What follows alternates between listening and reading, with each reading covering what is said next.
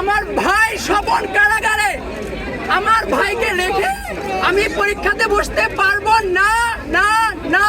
আমাদেরকে বাসা থেকে বের হওয়ার আগে আন্দোলনের ছবি ডিলিট করতে হয়, বাসা থেকে ধরে নিয়ে যাচ্ছে। নিরাপত্তা কোথায় সরকার থেকে?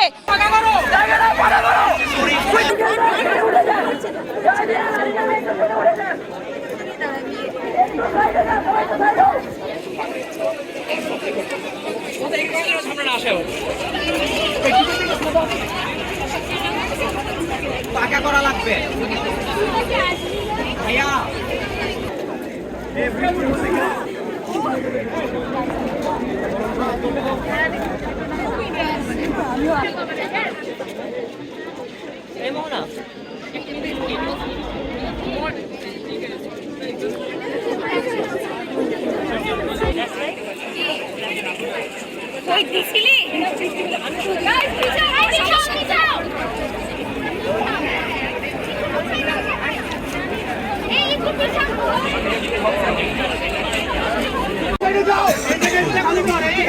খালি করো ভাইয়া।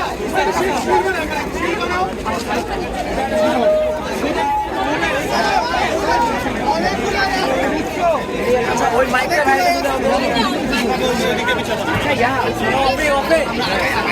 মাইকটা কোথায়? মাইকটা মাইকটা কই? মাইকটা মাইকটা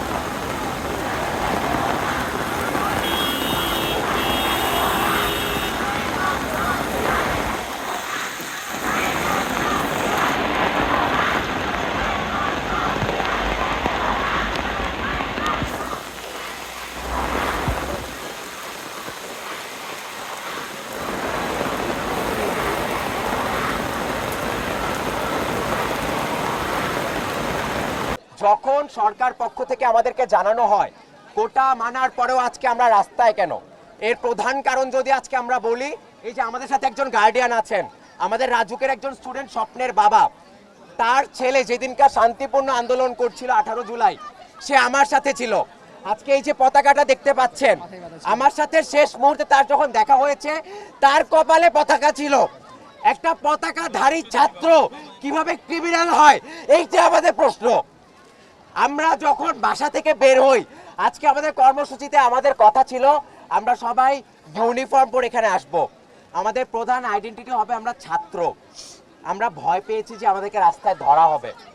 আজকে আমাদের আইডেন্টিটি, আমরা যে ছাত্র, এটা প্রকাশ হলে আমাদেরকে আজকে কারাগারে যেতে হতে পারে। মুকুটহীন সম্রাট, আমি বলবো আপনারা এক একজন এক একটা প্রধানমন্ত্রী, প্রধানমন্ত্রী। আমরা রাজাকার না, আমরা সন্তান রাজাকার না, রাজাকার না, আমাদের সন্তান রাজাকার না। আমাদের সন্তানকে রাত্রে 3টার সময় কেন ধরে নেওয়া হয়, এর জবাব প্রশাসন দিতে হবে। আমার সন্তানের ফর্ম টিচার,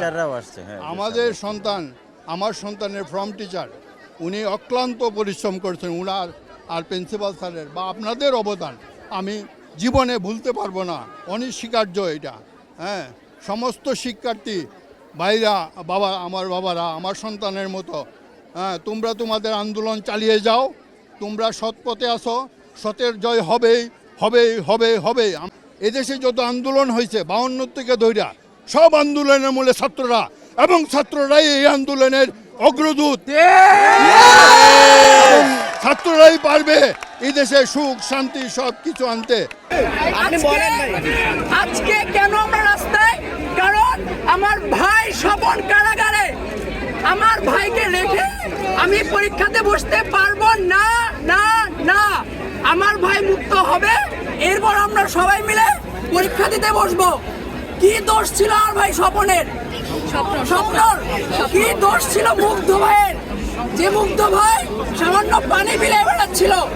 একটা স্বাধীন দেশে একজন পিপাসা যে পায় তাকে পানি খাওয়ানো কি অপরাধ? দেশে একজন তৃষ্ণার্ত মানুষকে পানি খাওয়ানো কি অপরাধ? একটা ছোট্ট 6 বছর মেয়ের ছাদে যাওয়া কি অপরাধ? একটা ছোট্ট মেয়ের জানালার শিক ধরে দাঁড়ায় থাকা কি অপরাধ? তাদের কি অপরাধ ছিল যে তারা গুলিবিদ্ধ হলো? তাদের কি অপরাধ ছিল?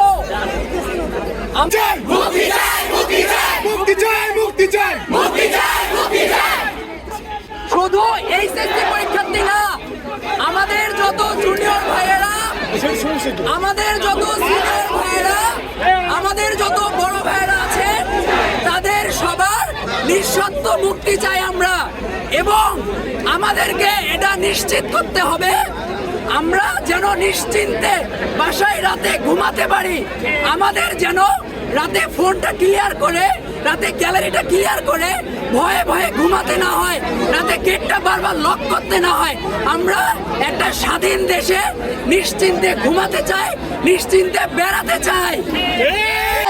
এই পতাকাটা আমাকে রাখতে হয়েছে ব্যাগের একদম নিচে।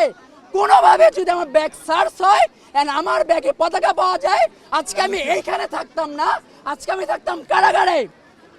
এ কেমন স্বাধীন দেশ যেখানে পতাকা লুকিয়ে চলতে হয়? এ কেমন স্বাধীন দেশ? আমরা জবাব চাই, জবাব চাই, জবাব চাই, জবাব চাই, জবাব চাই, জবাব চাই, জবাব চাই, জবাব চাই, জবাব চাই, জবাব চাই, জবাব চাই, জবাব চাই। ছাত্ররা, আমরা ছাত্ররা, থাম থাম থাম। আমরা ছাত্ররা খুব সাধারণ সামান্য একটা দাবি করেছিলাম, কোটা আন্দোলন। আমাদের কোটার যে বৈষম্য, তা থেকে আমরা মুক্তি পেয়েছিলাম। সারা দেশে, সারা পৃথিবীতে এমন দেশ নজিরহীন যেখানে 56% চাকরি পাওয়া যায় কোটার ভিত্তিতে, মাত্র 44% চাকরি পাওয়া যায় মেধার ভিত্তিতে। সেই দেশ আমরা কিভাবে আশা করি পরবর্তীতে মেধাবীরা লিড দিবে? এখানে তো কোটা বিরোধীরা লিড দিবে। আমাদের আন্দোলন ছিল খুবই শান্তিপূর্ণ। আমরা শুধুমাত্র কোটার একটা নিষ্পত্তি চাচ্ছিলাম, কোটা বিলীন না, কোটার সংস্কার চাচ্ছিলাম। আমরা শান্তিপূর্ণ আন্দোলন করে আগাচ্ছিলাম, কিন্তু আমাদেরকে ট্যাগ দেওয়া হলো রাজাকার। আমরা কি রাজাকার? এই পতাকা কি রাজাকারের ঘাড়ে থাকবে? তাহলে আজকে কেন আমরা রাজাকার ট্যাগ পাইলাম? কেন আমাদেরকে রাজাকার পাওয়া হলো? এর জবাব আমরা চাই, চাই, চাই। জবাব চাই, চাই, জবাব চাই, চাই। জবাব চাই, জবাব চাই, জবাব চাই, জবাব চাই। সর্বশেষ আমি কিছু কথা বলে আমার কথা শেষ করব। এক, আমাদের যত এইচএসসি পরীক্ষার্থী আছে তাদেরকে যেন আগে রবিবারের ভিতর মুক্তি দেওয়া হয়। যত সিনিয়র জুনিয়র ভাইয়েরা আছেন তাদেরকে যেন অতি দ্রুত নিঃশর্ত মুক্তি দেওয়া হয়। এবং এখনো আমাদেরকে কোনো কারণ ছাড়া আটক করা হচ্ছে, জেলা যদি পুরা হচ্ছে। এই ধরপাকড় থেকে আমরা রক্ষা চাই। এরকম ধরপাকড় যেন কোনোভাবে আর না করা হয়। এবং আমার মুক্ত ভাই, আমার ছোট্ট 6 বছরের বোনটা এবং আমাদের সকল যেসব মেধা শহীদরা মারা গিয়েছেন তাদের সবার হত্যার যেন সুষ্ঠু তদন্ত এবং বিচার করা হয়। সরকারের কাছে আমার আকুল আবেদন থাকবে। ধন্যবাদ সবাইকে। আজকে প্রত্যেকটা ছাত্র জানে যে আজকে যদি বাসা থেকে বের হওয়া হয় এবং কোনোভাবে এটা আইডেন্টিফাই করা যায় যে সে একজন ছাত্র, তার ক্রিমিনাল হওয়ার জন্য না আর কোনো রিজন দরকার নাই, শুধুমাত্র আপনি ছাত্র, এই রিজনটা এনাফ একটা সরকার আপনাকে রাজাকার ট্যাগ দেওয়ার জন্য অথবা ক্রিমিনাল ট্যাগ দেওয়ার জন্য। আমাদের বঙ্গবন্ধু কন্যা মাননীয় প্রধানমন্ত্রী শেখ হাসিনা তার পিতাকে হত্যা করার পর 20-25 বছর পর্যন্ত হত্যাকারীদের শাস্তি তিনি নিশ্চিত করেছেন। এই যে আজকে শত শত বাবার কোল ফাঁকা হয়েছে, এই বাবার কোলের শাস্তি কে দিবে আমরা জানতে চাই। বিচার চাই, বিচার চাই। যে বাঙালি আমরা জয় বাংলা বলতে পারি, আমরা যখন নিজেদের রক্ত বিলিয়ে দিতে পারি, ভয় পাওয়ার আর কিছু নাই। আজকে যদি আমি মারা যাই, আজকে যদি আমাকে গুম করা হয়, যেই পিতা যে আমাকে আজকে সকালে ঘর থেকে বের হতে ভয় পাচ্ছিল, যে আমাকে বারবার বলেছিল রাকিব তুমি বের হয়েও না, তুমি বের হলে তোমাকে ধরে নিবে, আজকে যদি আমাকে গুম করা হয় আমি বিশ্বাস করি সেই ভীত মানুষটা কালকে রাস্তায় নামবে ইনশাআল্লাহ। প্রত্যেকটা ভীত মানুষ তাদের যখন শির দ্বারা শক্ত হবে, প্রত্যেকটা শিক্ষক, প্রত্যেকটা রাস্তার মানুষ, প্রত্যেকটা জনগণ যখন রাস্তায় নামবে, কারাগারে কখনো আর তাদের জায়গা দিতে পারবেন না। মনে রাখবেন আপনারা সরকার, আপনাদের মালিক আমরা, যে এই গদিতে বসে আছেন এই গদির মালিক আমরা। আমরা যা বলবো এটা মানতে আপনি বাধ্য। আপনাদেরকে ক্ষমতা দিয়েছি আমাদেরকে রক্ষা করার জন্য।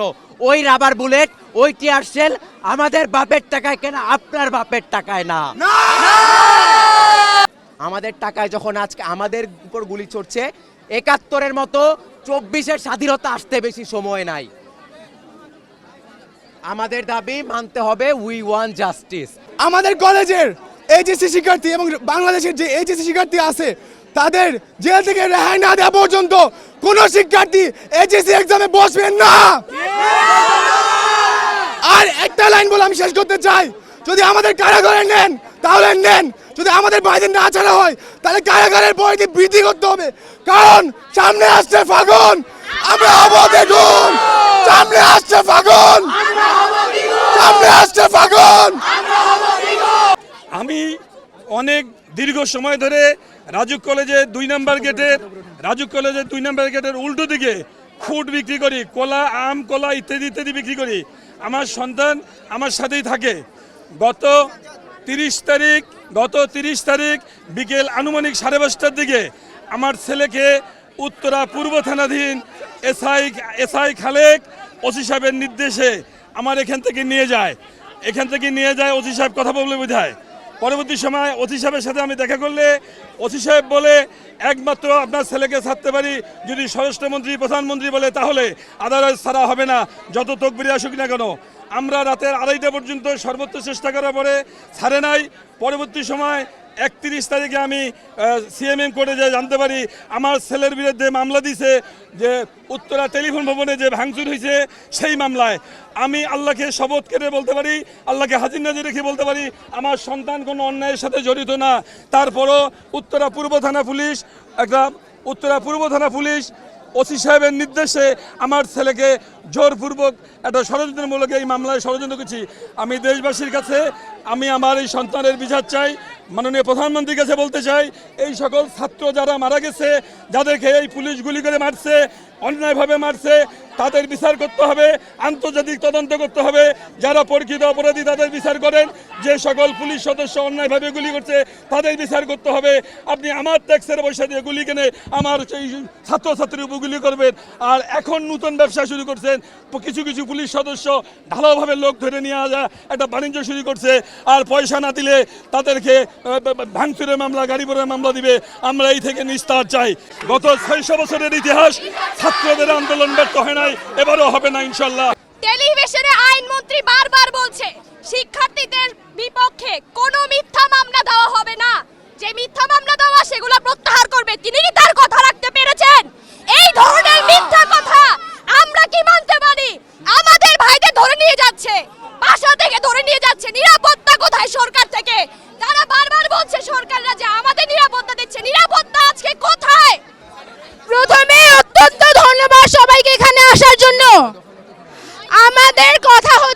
সরকার বারবার আমাদেরকে জিজ্ঞেস করছে তোমাদের দাবি মানা হয়েছে তাও তোমরা এখনো রাস্তায় কেন? আপনারা জানতে চান আমরা কেন রাস্তায়? কারণ রাত 3টার সময় আমাদেরকে